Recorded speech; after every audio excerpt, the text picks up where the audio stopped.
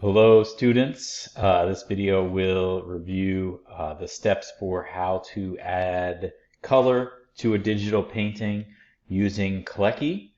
This video assumes that you have already completed or created a contour line drawing from an image or from a sketch from wherever, but it assumes that you already have an outline and you're working on adding color. If you are on the step number 3, which is adding shadows and textures, please stop this video now and go find that video. If you need to go back and rewind and watch the video on how to outline, please stop this video, go back and find that one. So when you're thinking about colors, the goal for this first step of coloring is to think about what are the 4 or 5 main colors that you want to focus on in your artwork. And then as you're thinking about that, you want to think about whether or not you're going for a realistic style of coloring, where you're using the colors exactly as they appear in the image, or whether you're going for a more vintage style, in which case you're kind of going to tint or tone your artwork to be a little bit more retro, which if you've watched that video on color trends, you'll remember included some browns, included maybe some neon colors. And then a separate style altogether would be to just go all out and just go like full neon, full crazy. So you're taking whatever colors it already is and then exaggerating it to the maximum. And then last but not least, the other style would be to take the natural colors and lighten them and make it a pastel style. So with that, let's move over into Kleki and go over the steps that you need to add color. All right, so I'm on my reindeer Christmas themed artwork. And if you notice, I have a separate layer for the outlines of each object.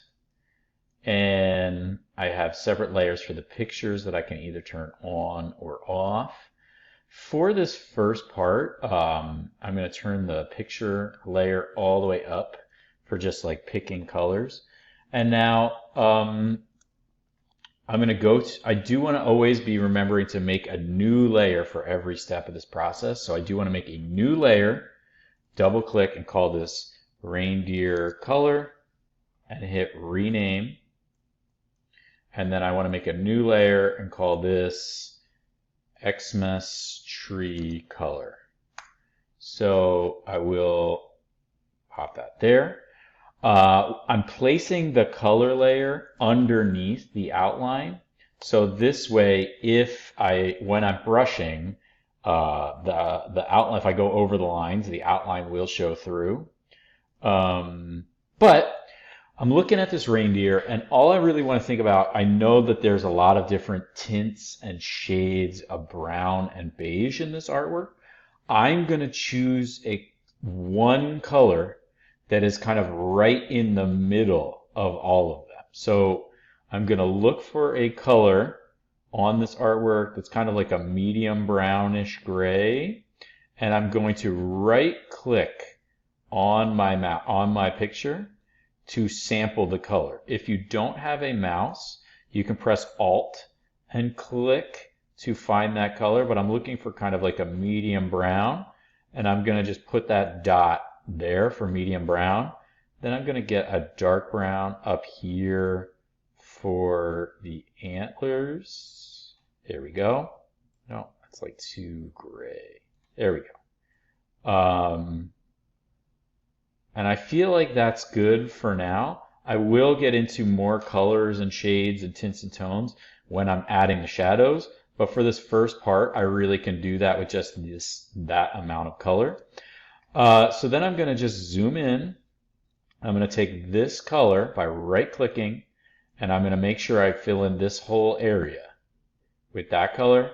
And then I'm going to right-click and kind of put a sample or a dab or two of the brown up here, because now I went over the eye, so I'm going to use the eraser, erase a little bit, and you know what, I'll pick up a little black for the eye right there. So again, now I can turn the reindeer picture all the way down. I can turn it almost all the way off, maybe like 20, 30, just so I can see what I'm doing.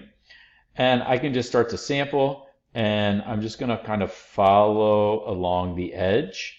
When I'm working, what I will do is I'll kind of do the whole along the edge, and then I'll do kind of like a big circle around the border, and then I'll just make my brush really big using that brackets, and I'll just fill in everything that way. So I'm going to speed up the video while I fill in this reindeer and the Christmas tree using that same technique, and then I'll meet you back here for texture.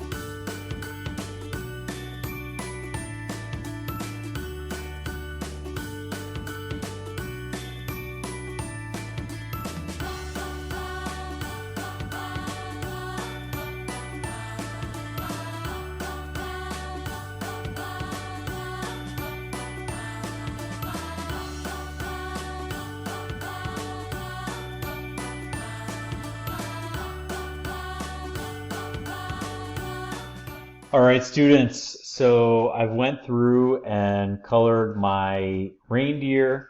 I even went and colored the Christmas tree on a separate layer. But I do want to kind of just show you how to change colors at a later date. So if turns out like I didn't like the color of this reindeer, I'm going to make sure I'm on the reindeer layer. If I want to make this a little lighter, I'm going to use my paint bucket tool, which is hidden out underneath the brush, is also shortcut G as in Gary, and I can pick up whatever color I want. Maybe I want this reindeer color, but then I'm going to go and change it, make it more of like an orangey brown.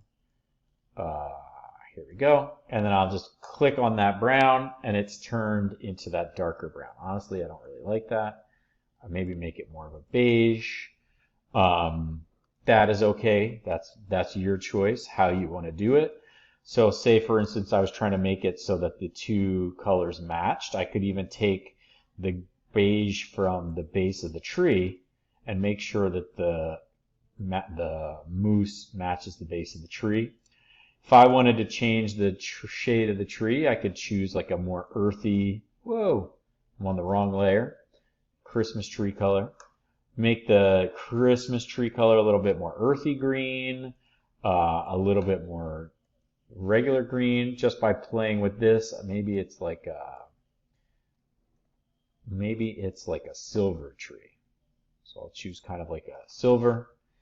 And I could do like little silver tinsel on there. Maybe it's like a pastel blue. Who knows? It's up to you. Sky's the limit. For now, I'm going to choose this kind of natural green. But just always remember, if you want to change the colors, it's the paint bucket tool. And then you can play with the colors here. It doesn't have to be sampled directly from your photograph. So that is the steps for how to color your artwork.